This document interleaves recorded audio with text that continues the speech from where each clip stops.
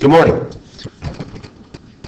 Today in class we're going to be taking notes over chapter 15, section 3. When I say taking notes, you're just kind of listening right now. Now if we're in class and it's next week, we're going to be doing some follow along notes.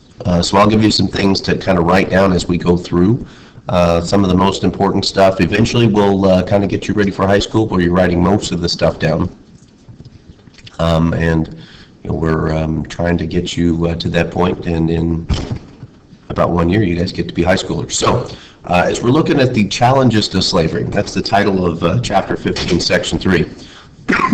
So as we go through, some of the challenges to slavery involved a new political party forming. So as we're looking at this new political party, going back.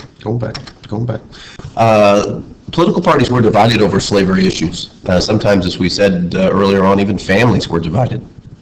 So no one was really kind of on the same page. Everybody had their own opinion. Some saw it as morally wrong, and others didn't. So while we're looking at the background of this, Northern Democrats left the party as they weren't willing to part with slavery. The Whig Party was also destroyed over the slavery issue.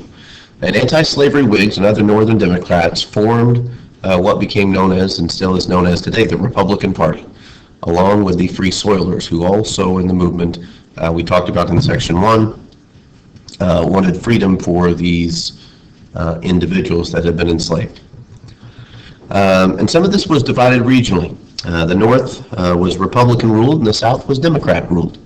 So now our two major political parties, and from this point on, from 1860 to today, we have two dominant political parties. Now there are still a few political parties out there that you might occasionally say, well, what's a libertarian, or who's in the Green Party? So while we are looking at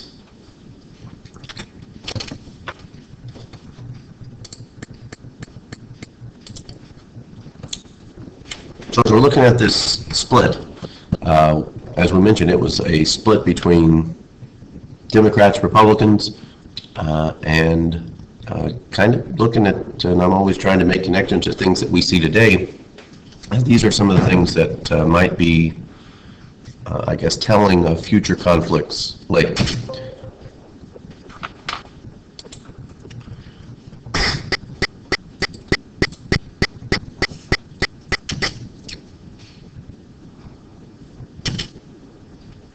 The election of 1856.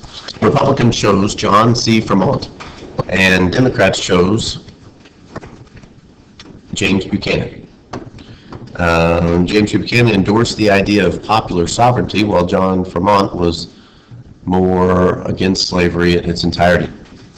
Buchanan won the election, but John Fremont won and carried 11 of the free states. So the presidential election to elect our 15th president of the United States was kind of decided between amongst slavery issues. So when we look at future divides in the country, we'll see that the North and the South is going to be split. The Dred Scott decision. Right after the election, the Supreme Court ruled on the decision of a slave named Dred Scott. He was an enslaved African American who was bought in Missouri, a slave state, by a doctor.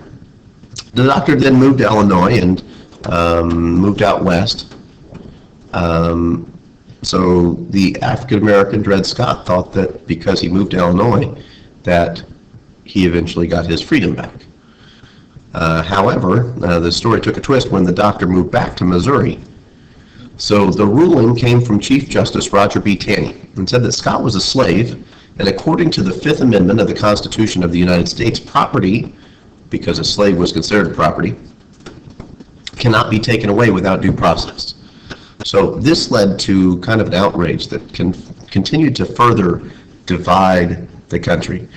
Now the decision could have stopped there, but the justices went on to rule that Congress had no power to prohibit slavery in any territory. So all of a sudden, while we're looking at how to deal with the issue of slavery in the new areas that we're adding on, now saying that we can't prohibit slavery because that would indeed take away a person's property. which is what slaves were considered as, not as human beings. The country's reaction. In the election of 1856, as we see here, these are mostly territories out here, but while we're looking at the slave states down here and the free states in the north, the free states voted for the Republican Party, while the Democrats, slaveholding Democrats in the South, elected the president, Buchanan. In Illinois, the issue was also divisive. Stephen A. Douglas was an incumbent senator from the state of Illinois, and many people saw him, a Democrat, as a possible presidential candidate in the future. He disliked slavery, but thought it would interfere with the nation's growth and our progress as a country. Abraham Lincoln, however, was a Republican lawyer, born in Kentucky and eventually moved to Illinois. He was relatively unknown. Lincoln saw slavery as morally wrong and no easy way to eliminate it where it existed. So in these debates, and there were several of them as you see on this map here, one of them was held in deep southern Illinois in a town called Jonesboro. We may know it as AJ or Anna Jonesboro today. But Jonesboro is a very small town down south where Lincoln and Douglas held their famous debates leading up to the election. They met 7 times, as we saw. The main topic was slavery. Douglas misquoted Lincoln, I guess putting out fake news of the 1850s. Let's change that crap. Best thing about technology, we can fix it just like that.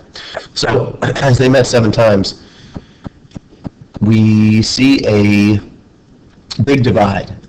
Douglas accused Lincoln of his fake news comment of saying that Lincoln thought that slaves should be equal to white men, although Lincoln never said that he said that. Lincoln said the real issue is between the men who think slavery is wrong and those who do not think it wrong. The Republican Party thinks it's wrong. Now, Lincoln lost the election and did not become a senator in the state of Illinois. However, he gained a national reputation as becoming an anti-slavery person and a politician that we might hear about in the future. I don't know, maybe 2 years, there's a presidential election. October 16th, 1858, John Brown led a group of abolitionists in the town of Harper's Ferry, Virginia. Now, Harper's Ferry is not an attack on a boat because it's not really a ferry boat. It's the name of a town in Virginia. So, as they read this, John is an abolitionist who fought to abolish slavery. He thought that it was morally wrong. So he led an attack on this arsenal, which I think was a vocab term on one of your crosswords. So this arsenal, as we kind of mentioned it in the reading, is a spot where they store a bunch of weapons. So Brown used this as an attacking point. So while we're looking at this, Brown was eventually captured and convicted of treason and sentenced to death. This caused an uproar in the North. Writer Ralph Waldo Emerson called Brown a martyr, another vocab term, who is one who dies for a great cause. So as we're looking at how history is kind of writing itself in the South, many people are for slavery, many people are against slavery, and this divide is tearing the country apart. As Abraham Lincoln would later say, a house divided amongst itself cannot stand. So, this is the end of the notes that we have today. Thank you for listening. We'll see you on the Google Meet at 11.